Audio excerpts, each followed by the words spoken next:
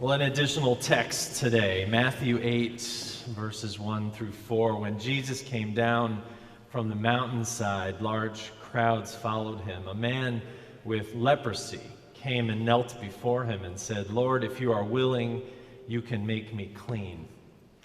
Jesus reached out his hand and touched the man. "I am willing," he said, "be clean." Immediately he was cleansed of his leprosy. Then Jesus said to him, "See that you don't tell anyone, but go, show yourself to the priest and offer the gift Moses commanded as a testimony to them." Jacqueline Novogratz says poverty is a lack of choice and freedom, that the spectrum of poverty ranges from a lack of resources to a lack of choice. And I would add that poverty is a lack of hope, the lack of the inability to grapple with our own greed and wealth in ways that jeopardize seeing one another for who we are. And above all, the need to create and preserve stigmas so often put upon the poor. So in the story Novogratz tells in the TED Talk today, which you just saw, the object is Jane.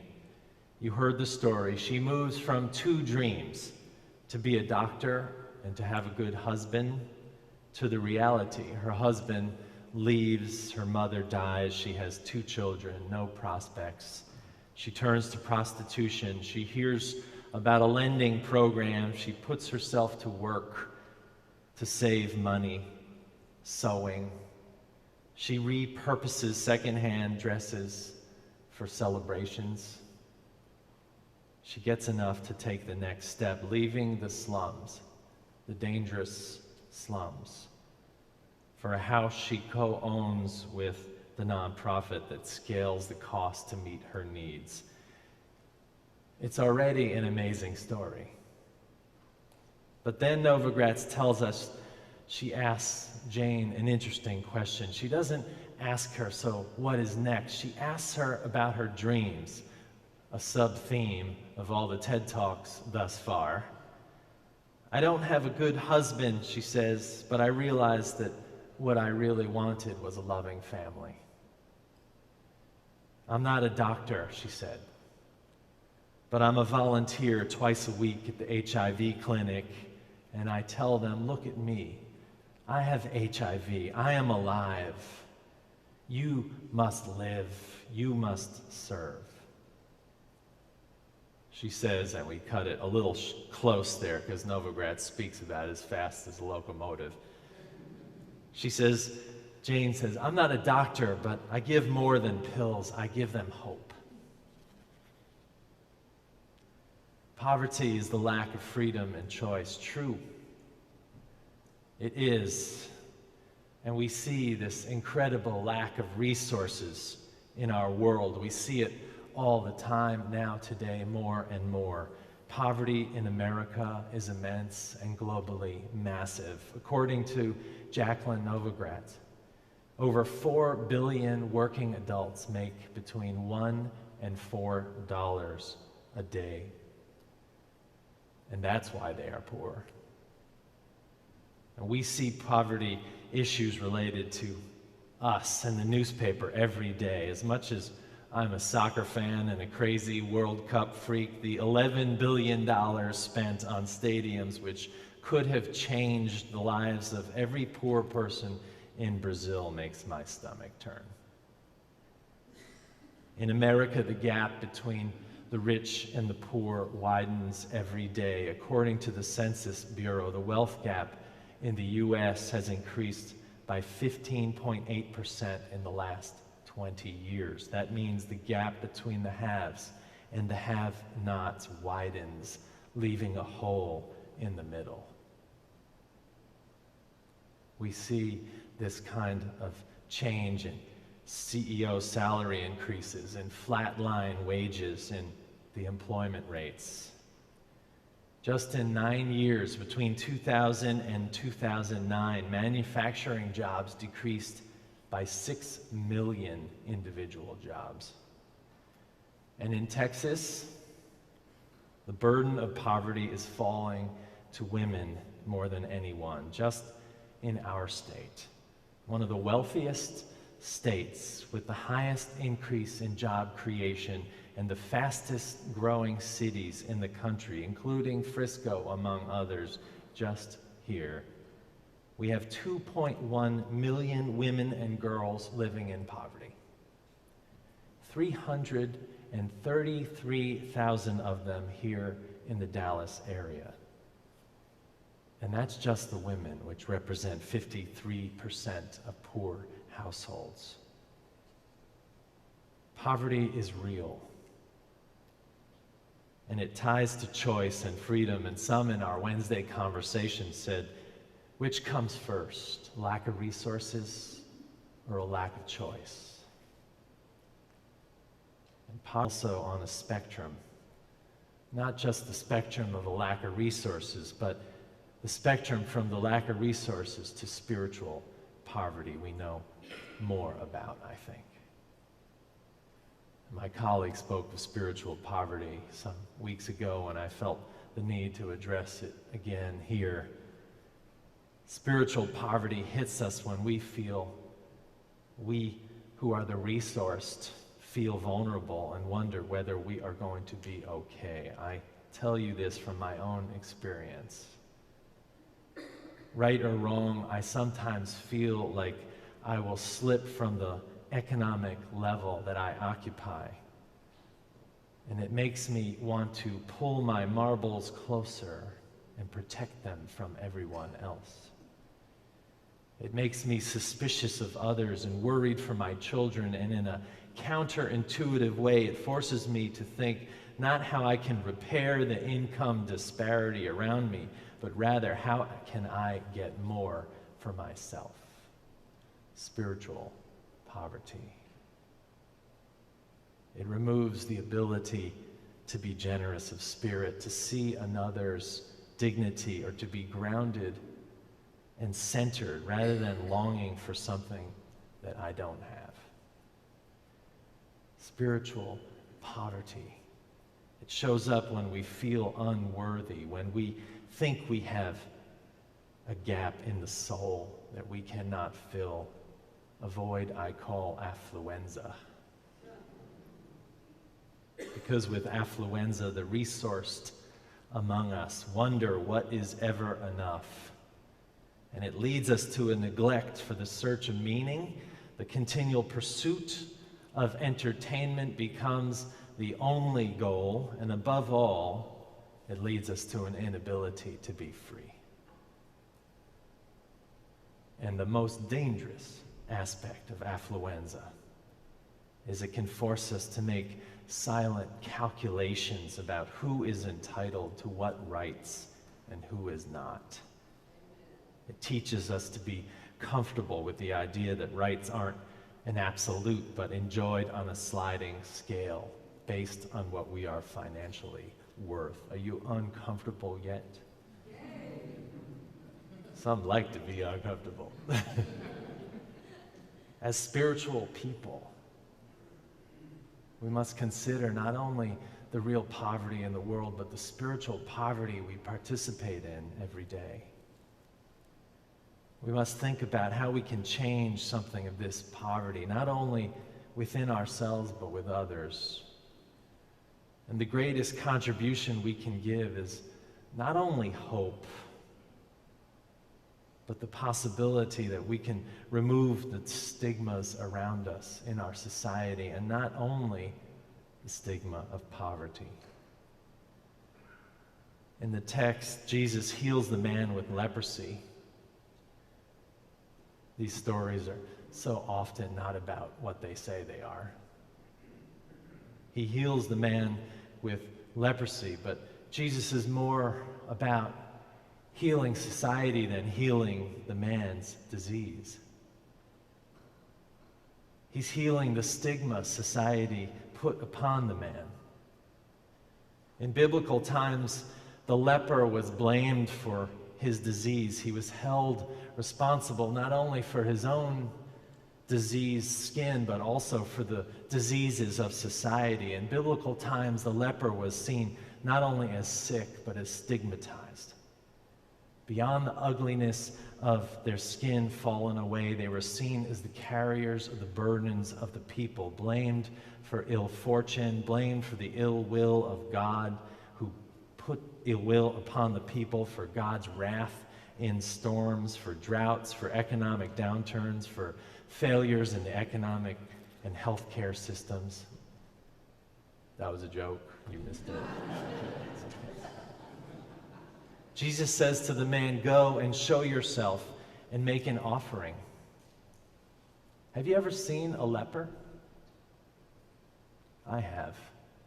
When I lived in India so many years ago, a leper lived down the street on the corner. Face falling apart, fingers missing. Above all, they cast fear in everyone around them. Now knowing that they carried the disease, that we would be infected. And so the first reaction is this. Jesus heals the man's disease. He doesn't say, "Go and enjoy. Now your face won't fall apart and your fingers won't fall off." He says, "Go and show them and make an offering. Show them that you were a whole human being all along. Show them that your disease never defined you, that they have never had power over you, that the stigma was theirs, not yours. Show them that salvation comes when we all become purveyors of hope, removers of stigma that hold our society hostage and have us see through lenses smeared with our own prejudice. If we have lepers in America, they are called by many the poor. As a Christian preacher I heard recently said, she said, "Saved people save others." Meaning that if we can free ourselves from society's ills and fears and make choices that change our lives, we can change others' lives. We can show others dignity by knowing who they are, by encountering them rather than cultivating a self-congratulatory, benevolent distance, and being purveyors of hope, being removers of stigma. Freed people must free others, I say, and the wealthy, and in many ways we are, must raise the wealth of others, the kind of wealth that we do not own, but is so much more powerful. Jane, a former prostitute, mother of two, living in a shack in one of the world's most dangerous slums, did that. She turned her life not strictly into more resources for herself, but she leveraged her work for the greatest resource she had. She freed herself, and in turn, she helped to free others. She had help removing the stigma put upon her, and in turn, she helped others do the same. Jane became a powerful person in her community, not by elective office or becoming the richest woman in the slums, but by freeing herself from the stigma and passing on that hope to others. Jesus said, "The poor will always be with you," which to me today does not mean that abject poverty will never end, but that in the end, if we don't do something about the spiritual poverty we see in the world, then real poverty will never end. And when we are challenged to be loving and generous people, freed from the ills of the spiritual void within us, then we will free and we will be wealthy in heart and soul. So it happens in small ways, sometimes in small ways. The next time someone says, "It's the poor that are pulling this country down," or "the poor are a drain on our systems," know that your response shows your spiritual wealth or your spiritual poverty. When we live to lift up others' status, to change lives, to make others whole, that is spiritual wealth.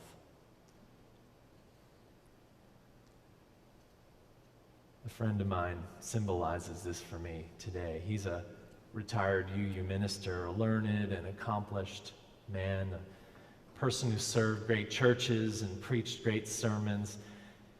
He chose his new mission in life to teach poor Native American children to read.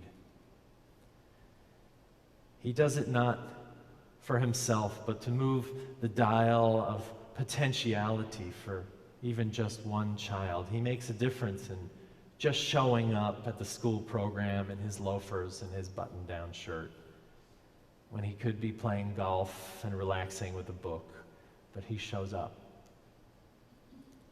In all his stories to me about this new mission in his life, I hear less about reading advances as I do about the moments when perspectives change and adults become reliable for children who don't believe in a future. And not being able to read ceases to be a stigma for the children he serves. And in all that, I hear one thing, not triumphant accounts of success or systems challenged, but that he is saved by the children. Salvation increases with every word, every sentence, every paragraph, every page read by poor children who have no books in their homes and hardly shoes to wear to school. As the stigmas drop away and the future horizons open, hope increases, and unknowingly these children heap salvation upon my friend, who gives just enough to receive a great deal. I know poverty isn't going away, but we can help some forms of it dissipate. We can face it. We can take small steps to bring dignity to those who don't know they have it. We can challenge the stigmas put upon the poor by our society. We can do that.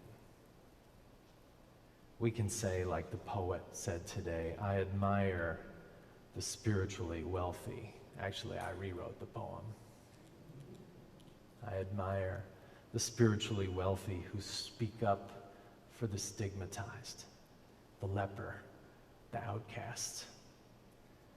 I admire the lovers of this life, those who use the precious gift of being alive to make a difference, to heal. Mostly I admire you, you who give love so effortlessly, with such ease and such grace, as if the stops of the heart just flowed from your every muscle.